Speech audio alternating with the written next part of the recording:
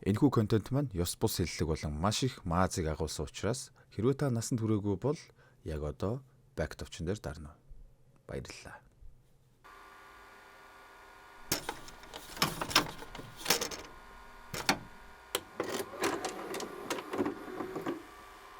Тэгсэн түмэн.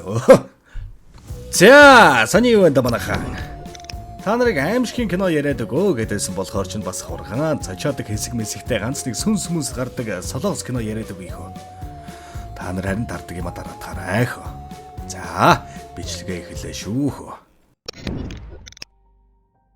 За, энэ бол манай киноны гол дүр болох комик номын зохиогч, зураач Кан Жи Юн. Өөрийн аллагын богино түүхүүдтэй комик номоо гаргачихсан. Тэр нь бестселлер болж молоо. Тэрэндээ бардаад манай дуучид бүх жүжиг сонгуульд нэр дэвших нь холгүй болтлоо олноо танигдаж баяжсан нэгэн. За цаашдаа хэдүүлээ дуудахад амар гээд зураач хэд явчихъя. Тэрээр удахгүй гарах шинэхэн түүхүүдтэй аллагын комик номынхоо зургийг шалгуулахаар хэвлэлийн компани эрхлэгч Ажмаа руу явуулна. Эрхлэгч оройн ажил дээр өнөө комик номын зургуудыг хартал өөрийнх нь зураг өөдөөс нь хараад гараад ирэх нь тэрдээ. Бүр яг одооных нь зураг заяа. Өмсөн ховцос үйл хөдлөл бүр унгас алдаж байгаа нь хөдөл зурагдсан нь яг л Зүнч Ванга ихчийн тэмдэглэлийг уншиж байгаа юм шиг санагдаад дотор нь жирвс гээл явж байгаа. Зургууд автоматар урсаж байгаад 1987 оны үйл явдлыг түнд зургаар харуулна. Түүний сургууль дээр ээж нь гих хав хар хувцастай хар бүрх малгай гэвлүүртэй эвгүй царайтай сүнс шиг авгаа ирэхэд бүгд тэрний ээжийг аймаар сүнс мангас зэрэгээр нь дуудаж тэрэн шиг ээжтэй байснаас байгаагүй дээр гэж мэгээд хоорондоо шивэр авир хийлцсэн.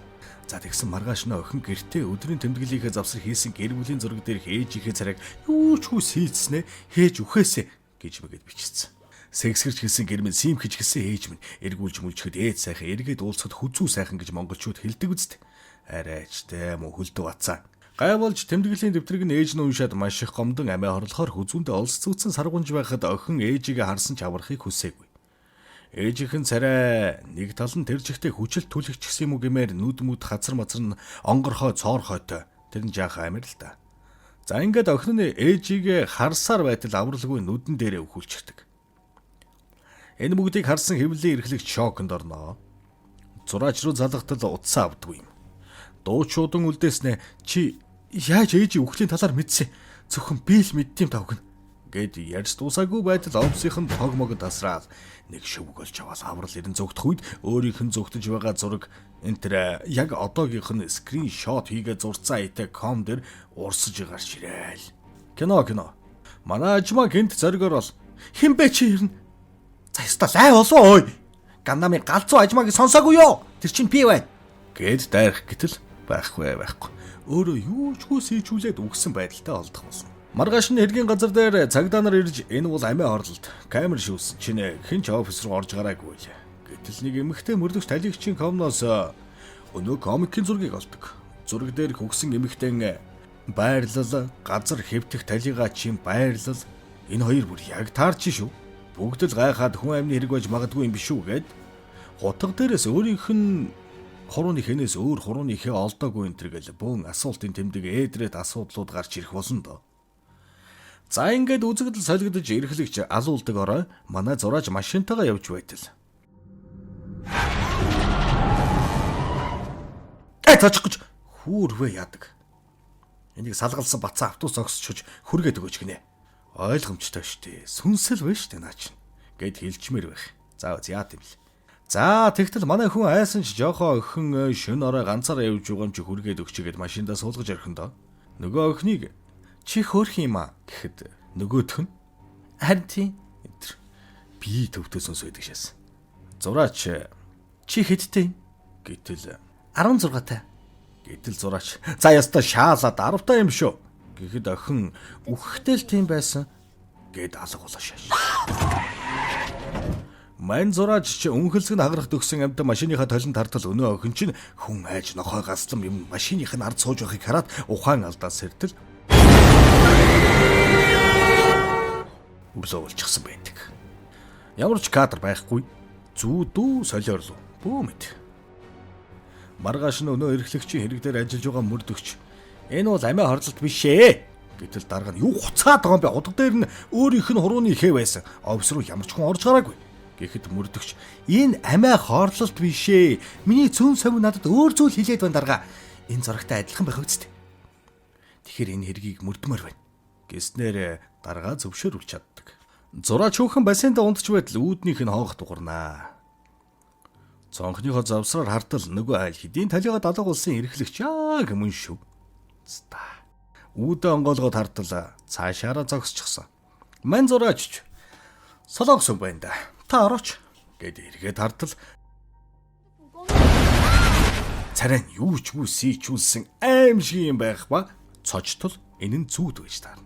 Тэгээд сэртэл юм нэрээд гоожоод бассейн цусан далаа болцсон юм уу гэсэн ахаад өнөө эрхлэгч эгц дээрээс нь улаан жамсран бурхан шиг юм худаг далайтал ахаад л зүүд.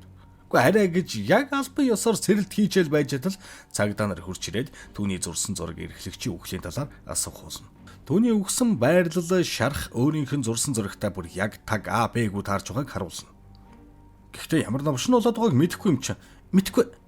Гэсээр явуулсан ч цочирдох нь тодорхой. Мөрдөгчийг явсны дараа зураач эрхлэгчээс ирсэн дуу чууданг сонсноо. Чи үхлийн талаар би л мэднэ. Чи яаж мэдсэн? Гэд энийг нь ч манай цагдаа нар сонсчихно. За ингээд зураач бөөн шок өмнөх зургуудаа хараастай. Ахад хэнийгэн комикийн зохиолын дагуу үхвэ гэхээс айсандаа зурж буй зураг болгоно ухаж төнхөж гарна. Энэ үеэр нэгэн оршуулгын газрын ажилтан дуудлагаар нь тогон зохиулж өгсөн хүн байна. Ирээд аваач гэсний дагуу очиж яваад моргт авчирна.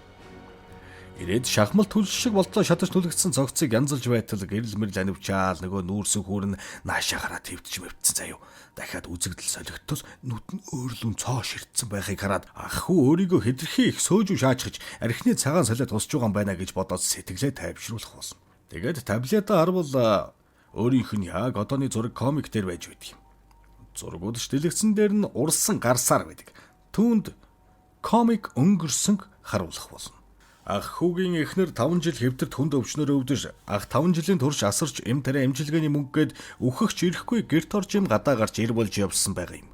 Тэгж байгаад эхнэрэнд өвчнөө дийлэлгүй нас барсан ба ах ч оршуулгын ажилтан болохоор өөрөө эхнэрийнхээ цогцыг бэлдэх гэж байтал эхнэрийнх нь нүд нь хөдлөхийг хараад ажилтнаа гар би эхнэрээ өөрөө бэлдмээр байна. Гэхэд ажилтан нь за амжилт ах сүүл чи одоо юу яа да гэж олон юм худаж жоод гарна. Ажилтнаа гарвгүй юу ах? Би ч бас амтэрмаар байна. 5 жил юм тарианы мөнгө асархаа сувилгаа гэд би зовлоо. Одоо үхээд өгөөхөө гэд тэрнийг амьдаар нь оршуулчихсан юм байлээ. Үүнийг комик номноос харж байгаа ах айгаад бүр көлгний шүд цаашаа юм болно доо. Энэ үеэр мөрдөгч маань туслахтайгаа сууж байгаа туслахын тэр комик дээр гардаг амиа алдсан эрхлэгчийн түүх үний юм байлээ. Гэрийнх нь түүний тэмдэглэлийн дэвтэр болон ээжийг нь яаж өгсөн талаар асуудал бүгд таарч байна лээ гэнэ. Тэгсээгээд юм ярээ сууж байтал гудамны том дэлгэцээр яг нөгөө комик дээр байсан хэсэг гарч мараал. Цагаа хартал комик дээрх цаг одоогийн цагтаа яг таарад мөрдөгч асуудлын учрыг олохоор гарах болно. Зураач бас зургийг сайтар ажиглан энэ үйл явдал одоо болж байгааг мэдээд зургуудаас шипи аван түүний байгаа газарт очиж аврахаар гардаг. Энэ хооронд морогт ахч эхнэрийнхээ сүнстэй нүүр тулж үхлийн ирмэг дээр үхлийн муугаар үхэхийн даван дээр зураач хүүхэн орж ирдэгч ахыг талигч эхнэрийнхэн сүнс хүзүүг нь мушигснаар чад. Цагдаа нарыг ирэхэд ах үхсэн. Хажууд нь зураач шок болцсон сууж байхыг хараад түүнийг сэжигтнэр ачаад аваад явчихдээ. Тасаг дээр очиод мөрдөгч "Чи одоо комик дээр сүнс хүн алсан гэж балаа юм яриха болтоо. Амьдралтай юм донгосон шүү чи. Чи энэ хүмүүсийн өнгөрсөн түүх бас яаж үххийг мэдж байна. Балаа авгаа минь" гэд тулахтал зураач "Наад бүтээл хүч чинь минийх биш. Надад нууцлаг хаягнаас имэйл ирдэг. Тэрэнд наад зургууч юм байдаг. Би тэрийг нь дуурайлгаж сайжруулж копи паст хийж зураад хэвлүүлдэг юм. Би өөрөө бол ингэж сэтгэж зурж чадчихгүй. Угаасаа тэтгэх зургууд бол үнэхээр миний хүсдэг өөр хааж харж байгаагүй зургууд болохоор хуулбарлчихсан" гэснээр түүний гэрийг шалгаж үзэхэр болно. Гэрт нь шалгалт хийж байхад мөрдөгчийн туслах нэг охины зураг байхаар нь таалагдаад гээд гэрээс нь хусчихдаг. Жаахан охины зураг аваад "Аюу пито" энэ өнөө машинд нь суусан хүн. Энэ нөгөө машинд нь суудаг сүнс хий насаараа 16-тай охин. Имэйл хаягийг судлан IP хаягаар нь хайж олохоор болдгоо. Мөрдөгч хаягаар нь ойролцоох газар очиод интернетийн ажилчдын тусламжтайгаар үнэгүй интернет шимэгчлдэг айлыг заалгаж авах болно. Хоёр ажилчдыг хамт явъя. Би энэ хавийг мэдэхгүй гэхэд "Өө тийм байхгүй. Очих мөрөөр өөрөө л оч. Тэр хав чинь сүнстэй. Та ганцаараа яв" энэ тэргээд сүржгэнж байгаад хэдийм хэлж өгнө. Энэ газрын хан дээрх зургийг арилгасан ч зураг нь буцаад гараад ирдэг. Нэг зураг зурдаг охин байсан юм. Тэр охиныг зурсан зураг дээрх шиг манай тосгоны нэг охин үгснээс хойш бүгд тэрнийг шулам сүнстэй ярьдаг гэлцдэг болсон. Тэгээд удалгүй тэрний байдаг газар галд шатсан ч өөрөө сураггүй алга болчихсон гэх мэдээллийг олж авна. Туслагч зангийн утсыг дагаж явсаар өнөө хаягдсан байранд ирдэг. Энэ үеэр мөрдөгч зураач бас тэнд амьдардаг байсныг олж мэднэ. Ингээд мөрдөгч зураачийг дагуулсан өнөө тосгон руу явах болно. 5 жилийн өмнө тэрээр онгон дагшин байхдаа олон хэвлэлийн газар зургаа үзүүлсэн ч бүтээлүүд нь гологдож мань хүн ам зогооход хэцүү болж байсан үедээ өнөө шулам гэгдэх хан дээр зурдаг охиныг бүл идэлтээс хамгаалж танилцж байсан ба тэр явдлаас хойш игч дүүсшил болж хамт амьдрах болсон. Охин байс хийгээл хоосон хан шал байвал зураг зурчихдаг байсан. Нэг өдөр өнөө хан дээр зурсан зураг шиг нь өгсөн охины ээж "Чи шолмос чамаас олж миний охин өгсөн" гэж гэрт нь лайв хийгээд ороод ирсэн төвөж байдаг. Энийг харсан мань зураач охиныг хамгаалан балиус гаргаж ирээд "Зайл, эс тэгвэл бүлэн шүү" гэвэл нутгийн индиан "Харин та хоёрыг зайлахгүй шатаа шарсан бах болгоно" гэж сүрдүүлээд явсан байдаг. Энэ явдлаас удалгүй зураач шалгаруултанд амжилтаа тэнцээд гэртээ иртэл гэр нь галд автаж өнөөх охин шалга болсон байдаг. Тэрнээс хойш шулам гэгдэх охиныг ахиж хэн ч олж хараагүй. Тэгээд тэр байранд нь нийтийн утсыг хөөж явсаар очивол хуучин амьдарч галд өртсөн гэрт нь нэг компьютер байна шүү. Тэгэхээр өнөө охин амьд зураг зурж тэрэн лөө явуулдаг байсан юм биш үү? Тийм үү? Оройн мөрдөх зураачтай хамт хоол идэж байтал шулам охиноос "Удаан hulцсангүй шүү бэб. Хуучин орон гэртээ хүрээд ирээрэй" гэснээр зураач мөрдөгчийн машиныг хулгайлах хамбарны усыг гадлан байж яваад очтол нэг хүн тэрнийг толгой дундуур нь буулгаад хана. Мөрдөгч зураачийн утасных нь байршлаар явсаар иртэл машинд зураач байсангүй, ойр хавдж байсангүй. Мөрдөгч туслах руугаа залгатал "Би завгүй. Эхнэр жирэмс хамт эмнэлэг явж байна" гэд утсаа таслана.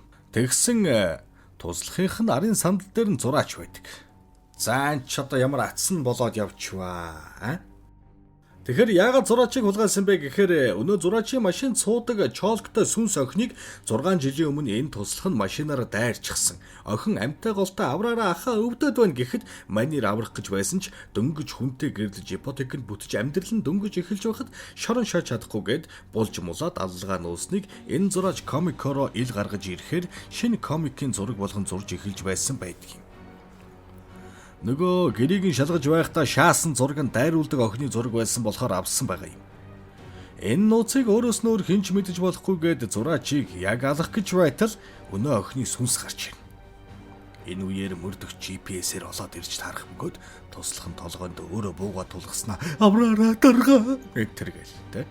Мөрдөгч "Гүчи ч одоо ямар тагстаа вэ? Наад буу мууга буулгаач" гэхэд "Дарга сүнс гэж байгаад гох дарагдаж тархин зад. Өглөө цагдаа нар ирэл боо юм болно доо. Мөрдөгч даргадаа "Энэ амиа хорлолт биш ээ. Дөнгөж хүүхдэн төрөх гэж байхад юу гэж амиа хорлож байдаг юм бэ?" Тослох хэлэхдээ "Сүнс хэд байсан" гэхэд "Юугээ донгосоо дугаа эргүү хар хүүрвэ. Наад амаа хамхиж яваарай. Энэ бас амиа хорлолт байсан. Мэдв. Сүнс хэд битгий илээ балаа юм донгосоо дугаарай чи" гэж мөрдөгчийг зад загнаад явуулна. Мөрдөгч туслахаа сангалзж байхдаа туслах нь энэ номыг шалгая. Энэ дээрх шиг өөр хэнийг алуулсан эсвэл алуулах юм билүү гэж хэлснийг санаад комик номын түүхүүдийг судалж үзтэл үнэхээр болж байсан бүгд шийдэгдэггүй эзэнгүй хэрэгүүд байдаг юм. Үзэгдэл солигдсон зураач маань зурсан зургуудаа устгаад байж байтал нөгөө аягаас имэйл ирнэ.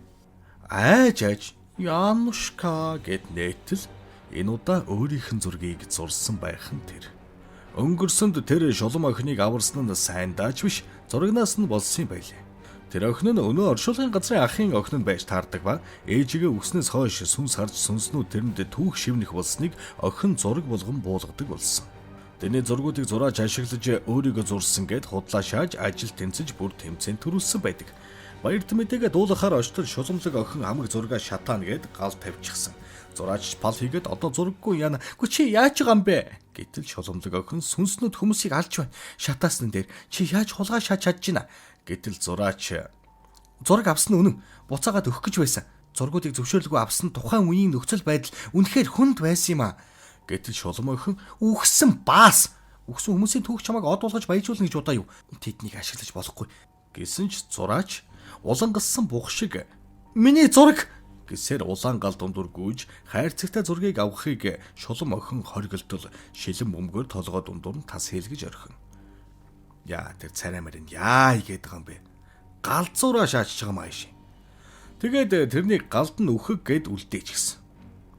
Галаас гарч ирэхэд хүмүүс дүү чинь хаана байна гэж асуудал тэрнийг би өнөөдөр хараагүй гэд хушиг сийгтэл бузартаа амаараа үлээ. Энэ үеэр өнөө имэйл явуулж байсан компьютер дээрээс хурууны хийг шалгаж үзвэл шулам охиных биш дандаа зураачийн хурууны хээ байдаг. Тэрнийг үхсний дараа тэр өөрөө сүнсэнд эзэмдүүлэн үхэхстийн түүхийг зурдаг хүн болчихсон байсан. Тэгээд тэрийг хөрөөж мэдээгүй явж байдаг.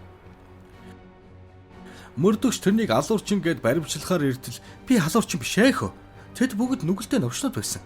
Тийм учраас сүнснүүд тэднийг шийтгсэн. Чийч бас нүгэлтэй новш. Гэтэл ханаар дүүрэн мөрдөгчийн зургийг зурсан байдаг.